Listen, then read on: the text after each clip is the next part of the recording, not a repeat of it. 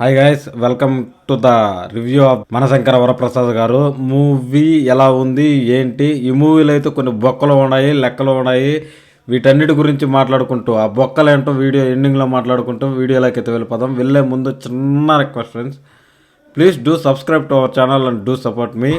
ఇలాంటి మంచి మంచి రివ్యూలు, హానెస్ట్ రివ్యూలు, నేను థియేటర్లో ఎలా కూర్చొని నేను ఎలా ఎంజాయ్ చేశానో అది మాత్రమే మీకు చెప్తాను. ఇలాంటి రివ్యూలు అయితే మేము ముందుకు తీసుకొస్తూనే ఉంటాం friends.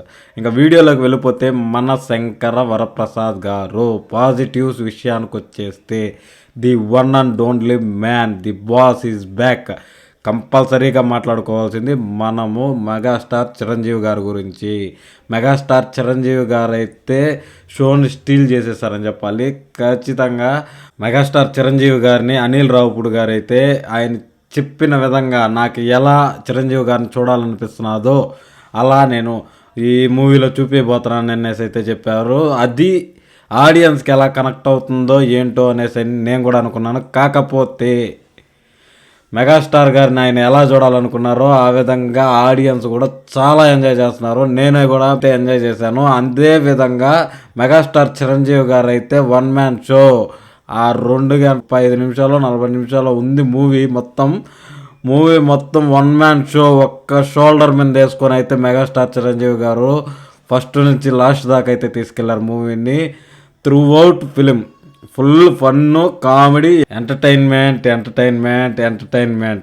Anil Ravipudi don't like entertainment, but entertainment likes Anil Ravipudi అన్నట్లయితే నాకు ఈ మూవీలో అనిపించింది. ఈ మూవీలో బొక్కలు అయితే ఉన్నాయని చెప్పినాం కదా, ఆ బొక్కలు అయితే మనకి కనపడవు. మూవీ చూస్తున్నంతసేపు ఎంజాయ్ చేస్తూనే ఉంటాము. మూవీ అయితే ఫుల్ త్రూ అవుట్ అయితే నవ్వుకుంటూ ఎంజాయ్ చేస్తూనే ఉంటాము. మన మెగాస్టార్ చిరంజీవి గారు అయితే షో స్టీల్ చేశారని చెప్పాలి. ఇంకా మన బీమ్స్ మ్యూజిక్ సాంగ్స్ అయితే ఓవరాల్గా నాకు చాలా బాగా నచ్చాయి. ఒక్క బ్యాక్గ్రౌండ్ మ్యూజిక్, ఈ బ్యాక్గ్రౌండ్ మ్యూజిక్ తప్ప వేరే బ్యాక్గ్రౌండ్ మ్యూజిక్కే నాకు నచ్చలేదు ఫ్రెండ్స్. బ్యాక్గ్రౌండ్ మ్యూజిక్ బద్దలు కొట్టి ఉండొచ్చు. ఒక 2-3 సీక్వెన్స్లు అయితే ఉన్నాయి, ఫైట్ సీక్వెన్స్లు. వాటిల్లో అయితే బ్యాక్గ్రౌండ్ అయితే ఎరగొట్టుండొచ్చు అనేసి నాకు అనిపించింది. కానీ ఓకేగా వెళ్ళిపోయింది బ్యాక్గ్రౌండ్.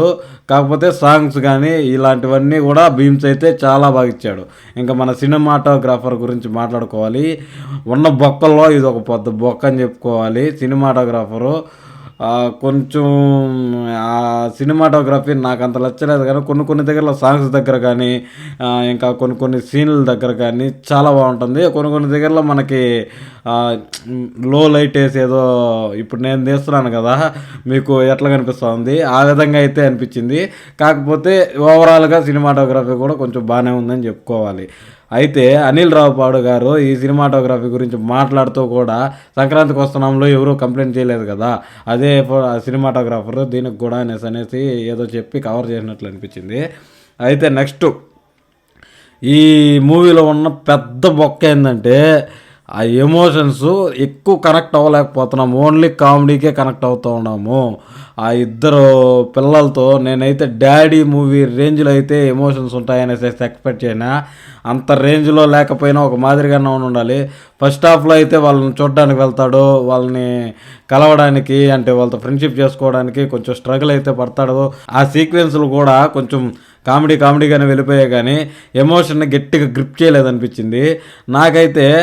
మళ్ళా వీళ్ళిద్దరూ విడిపోయి ఉంటారు, హీరో హీరోయిన్. వాళ్ళిద్దరూ కొన్ని మామూలుగా మన ఫ్యామిలీల్లో మనము జరిగే సంఘటనల వల్లనే అయితే విడిపోయి ఉంటారు. ఇలాంటి సంఘటనకు విడిపోవాలా అనే ఒక ఫీలింగ్ అయితే వస్తుంది. అది ఒక పెద్ద బొక్కే. మళ్ళా మదర్ సెంటిమెంట్ ఉంటుంది దీంట్లో. చిరంజీవి గారికి మదర్ క్యారెక్టరు ఆవిడ ఎందుకు ఉంటుందో నాకైతే అర్థం కాలేదు. ఫస్ట్ స్టార్టింగ్ ఓపెన్ చేయనప్పుడు కొంచెంసేపు ఉంటారు, మళ్ళీ ఇంటర్వెల్ ముందు ఒకసారి వస్తారు, మళ్ళీ క్లైమాక్స్ ముందు ఒకసారి 3 సీన్స్లోనే ఉంటారు అంతే. అదే పెద్ద బొక్క. ఇంకా పెద్ద ప్లస్ పాయింట్ ఏంటంటే వెంకటేష్ గారు, వీళ్ళిద్దరు చేసిన అల్లరి మామూలుగా లేదు, అతను కూడా వేశారు. మూవీ ఓవరాల్గా ఎట్టున్నాదరా నువ్వు ఈ సోదంతా మాకెందుకు అని మీరు అడిగితే, అనిల్ రావుపూడి గారు మాత్రం ఖచ్చితంగా చెప్తున్నాను, ఆయన మాట నిలబెట్టుకున్నారు. సంక్రాంతికి మళ్ళీ ఒక ఫ్యామిలీ ఎంటర్టైనర్ని అయితే దించారు. ఫ్యామిలీ ఎంటర్టైన్మెంట్ జోనర్లో అనిల్ రావుపూడిని కొట్టేవాళ్ళు లేడు అని అయితే ప్రూవ్ చేసుకున్నాడు ఈ సినిమాతో.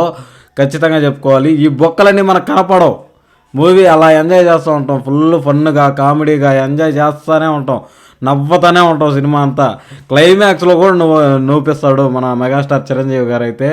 అంత ఇదిగా ఉంది మూవీ అయితే. నాకైతే చాలా బాగా నచ్చింది. కాకపోతే ఈ బొక్కలు అయితే ఉన్నాయి. నేను థియేటర్లో కూర్చున్నంతసేపు నాకైతే ఈ బొక్కలు అర్థం కాలేదు, కానీ థియేటర్ నుంచి బయట వచ్చి ఒకసారి ఆలోచిస్తే ఆ ఫన్ వే నుంచి బయట వచ్చి ఆలోచిస్తే ఈ బొక్కలన్నీ కనపడుతూ ఉన్నాయి.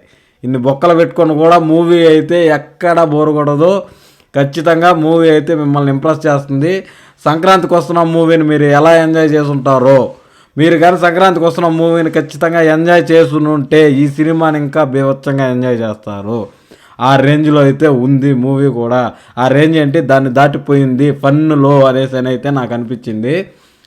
ఓవరాల్గా ఇది నా రివ్యూ అయితే ఫ్రెండ్స్. మీకేమనిపించిందో కూడా కింద కామెంట్ సెక్షన్లో చెప్పండి. మీలో మూవీ చూస్తుంటే నాతో ఏకీభవించే వాళ్ళు ఎంతమంది ఉన్నారో ఈ వీడియో ఖచ్చితంగా లైక్ చేయండి. వెళ్ళే ముందు చిన్న రిక్వెస్ట్ ఫ్రెండ్స్, ఛానల్ సబ్స్క్రైబ్ చేసుకుని వెళ్ళండి. ఇలాంటి మంచి మంచి రివ్యూలో హానెస్ట్గా నాకు థియేటర్లో కూర్చొని ఉన్నప్పుడు నాకేమనిపించిందో అవి మాత్రమే చెప్పడానికి 100% చూస్ చేస్తాను. Thanks for watching guys. By by now. జై హింద్.